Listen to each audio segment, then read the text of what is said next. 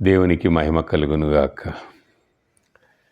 యోహాను సువార్త 15వ అధ్యాయంలోని మొదటి 2 వచనాలను చూస్తే అక్కడ చక్కనైనటువంటి ఉపమానము మనకు తెలియచేయబడి ఉన్నది. అక్కడ ఏమంటున్నాడంటే ప్రభువు, నేను నిజమైనటువంటి ద్రాక్షావల్లిని, నా తండ్రి వ్యవసాయకుడు.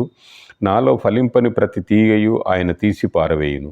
ఫలించు ప్రతి తీగ మరి ఎక్కువగా ఫలింపవలనని దానిలోని పనికిరాని తీగలను తీసివేయును అని వ్రాస్తున్నాడు. Praise the lord. ఇక్కడ ఏమంటున్నాడంటే ప్రభు అయినటువంటి యేసుక్రీస్తు, నేనే నిజమైనటువంటి ద్రాక్షావల్లిని, నా తండ్రి నన్ను పోషిస్తున్నటువంటి వ్యవసాయకుడు.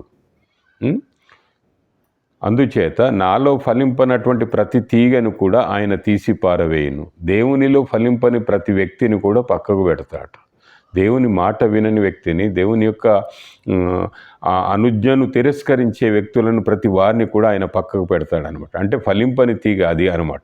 అందుచేతనే దానిని ఫలింపని ప్రతి తీగను పక్కన పారవేసి, ఫలించు ప్రతి తీగ మరీ ఎక్కువగా ఫలింపవలనని దానిలో పనికిరాని తీగలను తీసివేయును.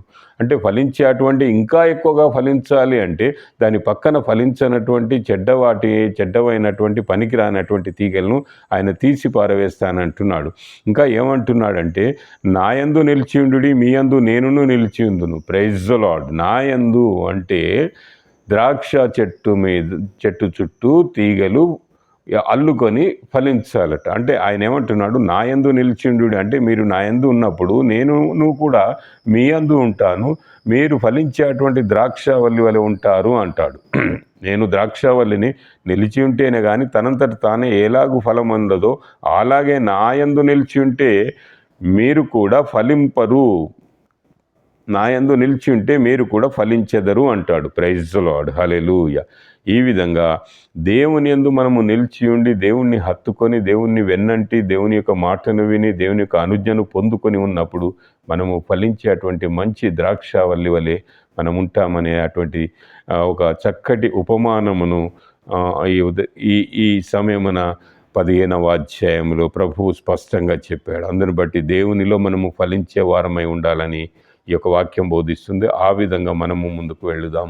దేవునిలో ఫలించే బిడ్డలుగా, దేవుని మాటలు వినేవారముగా, దేవుని యందు నిలకడ కలిగి ప్రార్థన చేసేటువంటి దేవుని బిడ్డలుగా మనము ఆయన ఉన్నప్పుడు ఆయన మన యొక్క అనుజ్ఞను పొందుకొని మనకు కావలసిన ప్రతి ఆశీర్వాదమునిస్తూ ఫలించేటువంటి ప్రతి తీగగా మనల్ని అభివృద్ధిలోనికి నడిపిస్తాడనేటువంటి వాక్యము మనకు బోధిస్తుంది. దేవునికి మహిమ కలుగునుగాక. ఆమేన్.